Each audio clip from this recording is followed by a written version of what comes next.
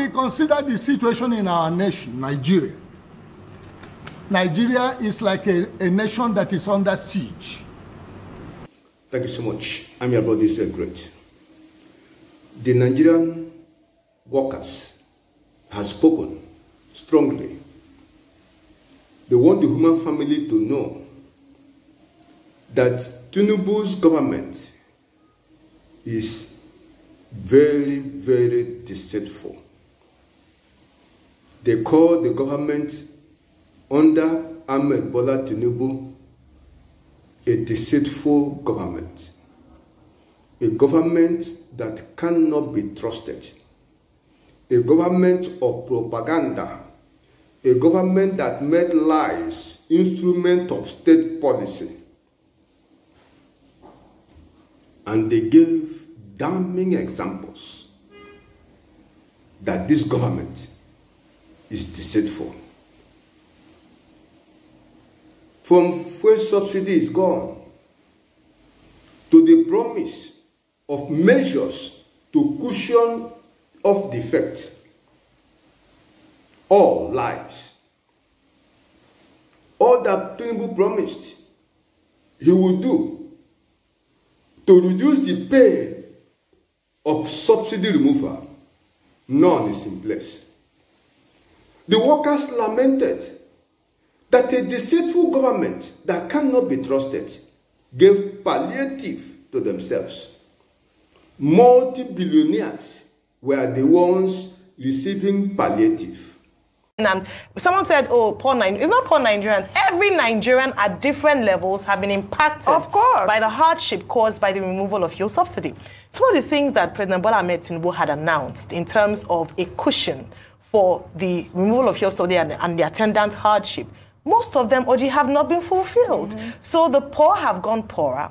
Subsidy, we don't know whether it's been removed or not, because if you calculate it, 1 + 1 = 2, it doesn't add up. But you are seeing Kashim Shettima here re-emphasizing the fact that there was not even there. So if we are suffering for something that is still in place, then it's a big issue. Absolutely. So what I would ask this government to do is, whilst trying as much as possible to defend the difficult decision they had to take, and we understand that, is let the lives of people at least be bearable in the interim. We understand that we are on the road to economic recovery, but on that process, can you know when you're traveling on a long journey, give us a pillow to sit on so that at least the journey can be bearable. Some of the things he mentioned, the metric tons of food we're going to distribute, student loans, all of them are still in discussion talk. They are still in conversation talk. CNG buses, minimum wage, everything still conversation almost 1 year later. Absolutely. It's a shame. So it almost feels like, and not just almost feels like, a policy that wasn't thought through, and unfortunately, Nigerians have to bear the brunt of it. Absolutely. Well said. The Nigerian workers pointed that out. Tinubu's government gave palliative to themselves, not the suffering Nigerian people. And every day, they come up with policies to impoverish Nigerians. They come up with policies to squeeze life out of Nigerians. They come up with policies that made insecurity out of control. Farmers cannot go to farm. The Nigerian workers are lamenting that this government, under Tinubu, to say the least, is deceitful. They just use propaganda, useless promises, useless claims. They say foreign investor is coming, all lies. United Arab Emirates have lifted ban on visa, what? All lies. Port Harcourt refinery will resume full production by December 2023, 5 months after. All lies. And while you are in May, they will tell you Kaduna refinery will start production by December. That is just the propaganda they garbage out every now and then. It's just their way, promising this, promising that, all in the bid to deceive the Nigerian people. Raise false hope as treasury looting continues unchecked. EFCC is just playing game. There is no fight against corruption. No, not one. Economically, we are under siege. The kind of corruption that is going on in this nation, the looting of our treasuries, the looting of our natural resources, and all kinds of things that are happening.